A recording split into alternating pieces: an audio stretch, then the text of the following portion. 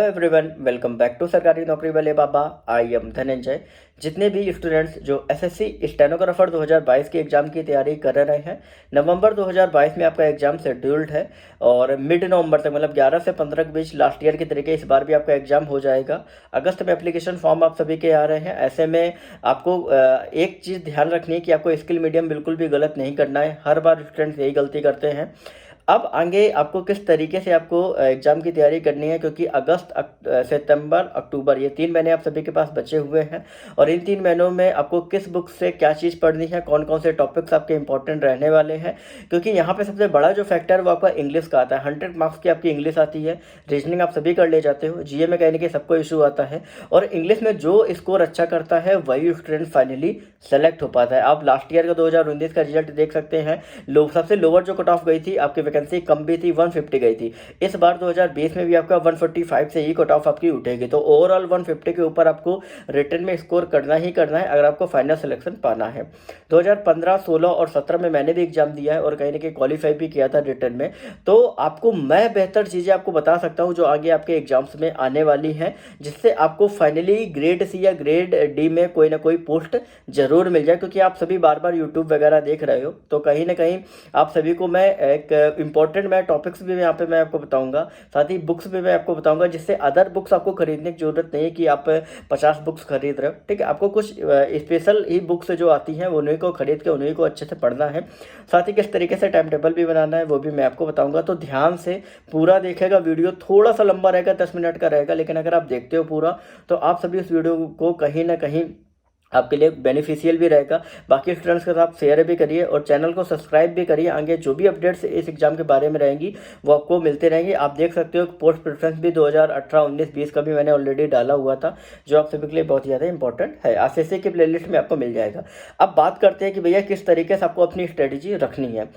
सबसे पहली चीज़ आप ये समझिए कि भैया अभी आपके पास अगस्त, सितंबर, अक्टूबर 3 महीने आप सभी के पास बचे हुए हैं। इन 3 महीनों में आपको कोशिश करनी है, ज़्यादा से ज़्यादा हार्डवर्क करना है और दिन में लगभग 5 से 6 घंटे तो देने ही देने। अगर आप 5 से 6 घंटे दे रहे हो, अगर 3 महीने दे दिए, आपका सिलेक्शन 100% ग्रेड सी में तो होना ही होना है, क्योंकि बहुत ही ज़्यादा इंपॉर्टेंट होता है आपके लिए रेगुलर रहना।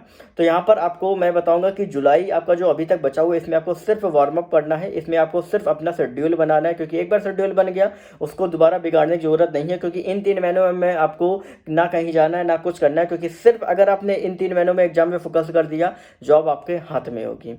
अब यहाँ पे बात करते हैं तो जुलाई में सबसे पहली चीज़, अगर आप कल से स्टार्ट करना चाहते तो कल सबसे पहले किसी भी टेस्ट सीरीज का एक मॉक टेस्ट उठाइए एसएससी स्टेनो का।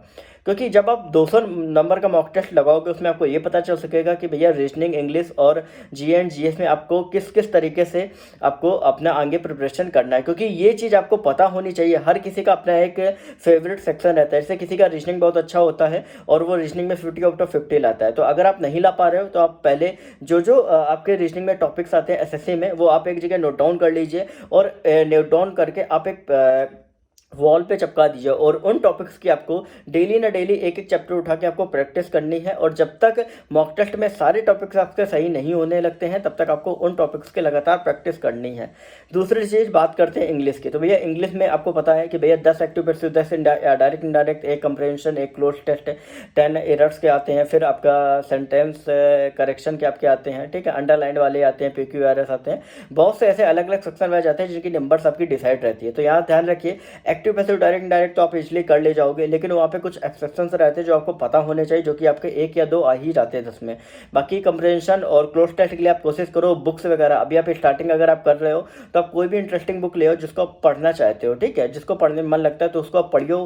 क्योंकि रीडिंग अगर आप करोगे तो कहीं ना कहीं आपको बहुत ज़्यादा बेनिफिट रहेगा आपका क्लोज टेस्ट और आपका पैसेज में। बाकी आप ग्रामेटिकल जो भी आपका मिरर ऑफ कॉमन एरर्स, आप प्लेंट तो पैरामाउंट, नहीं तो आपका एक और आती है आई थिंक मेरे हिसाब से अकम्प्लिस या किसी की बुक आती है, ठीक है, उसको आप ले लो। वहाँ से आप ग्रामेटिकल जो भी एरर्स आपकी आती है एरर्स में, ठीक है, वो आप उनको अच्छे से प्रैक्टिस करो, ठीक है। बाकी कुछ भी अगर ऐसा है, ठीक है, तो आप उसके लिए लास्ट ईयर के जो सेट्स आते हैं, ठीक है, राकेश यादव के भी इसमें मिल जाएंगे बुक में, नहीं तो अगर आप चाहो तो किरण की भी स्टेनो की बुक आती है, ठीक है, वहाँ पर भी आपको लास्ट ईयर के सेट्स मिल जाएंगे, उनको प्रैक्टिस करो।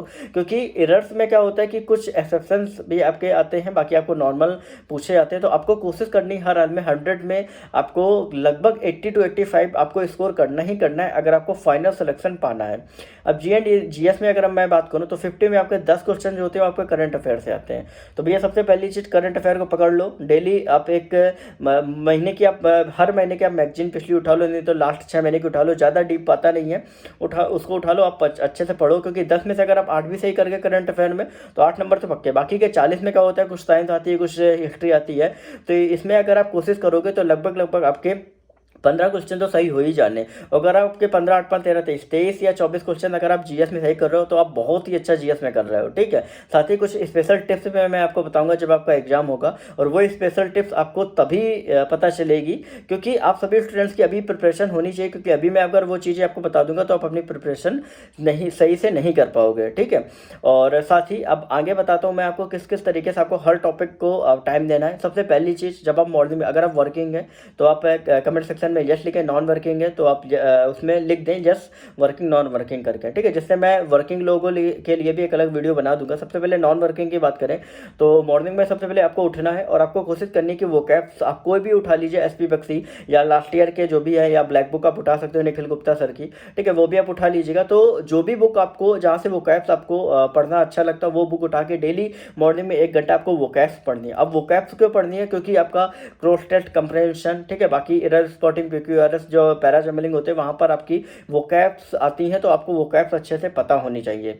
दूसरी चीज़ कि इसके बाद आपको नेक्स्ट आपको जीए एंड जीएस में, जैसे मान लीजिए किसी ने करंट अफेयर उठा लिया कि करंट अफेयर की लास्ट ईयर की, क्योंकि अगर आपका नवंबर में एग्जाम हो रहा है तो आप ये समझिए कि 1 साल पहले तक की, मतलब लास्ट नवंबर से अभी नवंबर तक जो भी चीज़ें रहेंगी, ठीक है, वो सारी आपको अच्छे से पढ़नी है करंट अफेयर में, क्योंकि 10 में से 8 नंबर आपको लाने, ये टारगेट करिए। बाकी लूसेंट सफिशियंट है। अरे यार किसी भी एग्जाम के लिए अगर आप पढ़ रहे हो ना, लूसेंट बहुत सफिशियंट है। इनमें इवन कई बार अभी यूपीपीएससी में आरओ का भी एग्जाम होता है, अगर आप उसमें लूसेंट भी पढ़ के गए हो ना तो आसानी से आप कुछ क्वेश्चन कर ले जाओगे, क्योंकि बाकी हिंदी का ही फैक्टर रहता है वहाँ पर।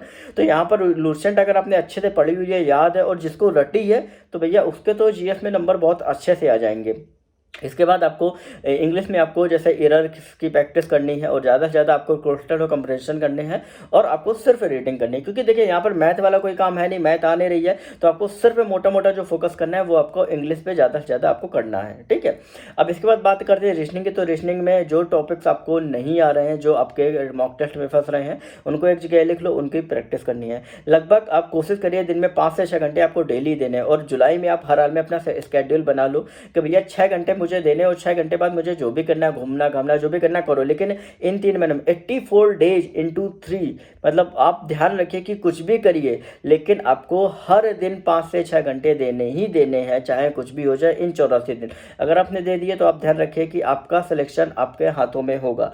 दूसरी चीज़, जब भी आप मॉक टेस्ट लगा रहे हो तो हमेशा आप एक शांत कमरे में लगाए, क्योंकि जब आप वहाँ पे शोर होता है तो कहीं ना कहीं जो प्रेशर आप एग्जाम में झेलते हो वो कहीं ना कहीं आप फील नहीं कर पाते हो। तो आप जब भी मॉक टेस्ट लगाए तो आप अपने आप को इतना प्रेशराइज ऑलरेडी कर लें कि जब आप मॉक टेस्ट लगा रहे हो तो आपको ये चीज़ फील हो कि नहीं आप एग्जाम में बैठे हुए हो, क्योंकि एग्जाम में आपका टाइम बहुत ज़्यादा रहता है, लेकिन उसके बाद भी कई कैंडिडेट्स नहीं कर पाते हैं। और कोशिश करें कि ज़्यादा से ज़्यादा बाकी जो सेक्शन आपका वीक है उस पर ज़्यादा से ज़्यादा फोकस करें, जो सेक्शन आपका स्ट्रांग है उसको आप और स्ट्रांग बनाने की कोशिश करें, क्योंकि जितने भी स्टूडेंट जो फाइनली सिलेक्शन लेते हैं, मैं आपको बता रहा हूँ 2016 में एक लड़की थी जिसने फाइनली सिलेक्शन भी लिया था और वो सीबीडीटी में पोस्टेड भी थी। 2017 भी उसको होम पोस्टिंग चाहिए थी, 2017 में भी निकाला, 18 में भी निकाला और फाइनल सिलेक्शन लिया, और 19 में भी लिया और उसको होम पोस्टिंग मिल गई।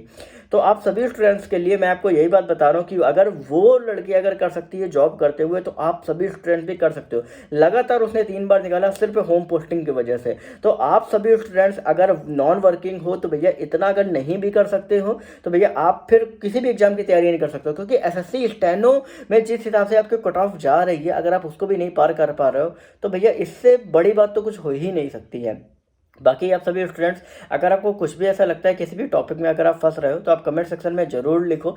साथ ही टेलीग्राम ग्रुप पे यार ज्वाइन जरूर करो, क्योंकि टेलीग्राम ग्रुप पे मैं ऐसी अपडेट्स आपको देता रहता हूँ अलग अलग एग्जाम्स के बारे में। कुछ इंपॉर्टेंट टॉपिक्स भी अगर आपके रहेंगे रिटर्न में वो भी मैं आपको डालता रहूँगा। तो आप सभी स्टूडेंट्स वहाँ पर ज्वाइन करो, जिससे आपको फाइनली हर एक चीज़ के बारे में अपडेट मिलते रहे। बाकी चैनल को भी सब्सक्राइब करते रहो, बेल नोटिफिकेशन आइकन भी आप दबा देना, जिससे कहीं ना कहीं आपको सारी अपडेट्स एग्जाम से रिलेटेड यहाँ पर आपको मिलते रहे। अब आगे बुक लिस्ट आप पूछ रहे हो कि भैया बुक लिस्ट आपने नहीं बताई, तो बुक लिस्ट में आपको ज़्यादा कुछ नहीं करना है। जो अब मैंने आपको बताया कि वोकैब्स के लिए आपको ब्लैक बुक आपको ले लेनी है, या कोई भी ऐसी बुक जिसमें आपका लास्ट ईयर के जो भी आपके वोकैब्स आई होती है अलग अलग CGL CHSL में, वो सारी वोकैब्स आपको मिल जाए, क्योंकि वोकैब्स लगभग आपकी रिपीट होती हैं। बाकी ग्रामेटिकल में आप देख सकते हो मिरर ऑफ कॉमन एरर ले सकते हो। बाकी प्लेंट तो पैरामाउंट नीतू सिंह की भी आपकी आती है ग्रामेटिकल में, वो भी आप ले सकते हो। ठीक है, इसके अलावा अगर चाहो तो रीजनिंग में आपको कुछ नहीं, आर के झांकी ले लेनी है। रीजनिंग में तो कुछ नहीं, आर के झांकी लेनी है, आराम से उसको प्रैक्टिस करना है।